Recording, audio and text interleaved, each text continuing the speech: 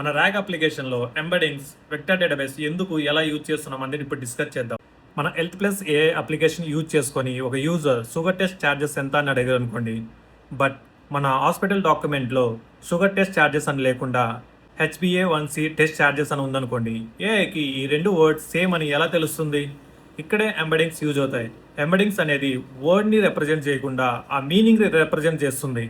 మనం డాక్యుమెంట్ ప్రాసెసింగ్లో ఏం చేసాం, డేటాని ఎంబెడింగ్స్గా కన్వర్ట్ చేసి క్రోమా డీబీలో సేవ్ చేసాం.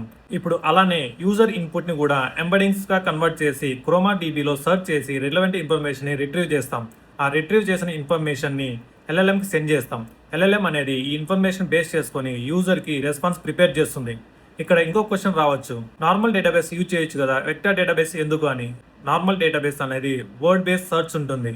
అంటే షుగర్ టెస్ట్ అంటే షుగర్ టెస్ట్ సెర్చ్ చేస్తుంది. బట్ వెక్టర్ డేటాబేస్లో వర్డ్ కాకుండా మీనింగ్ సెర్చ్ ఉంటుంది.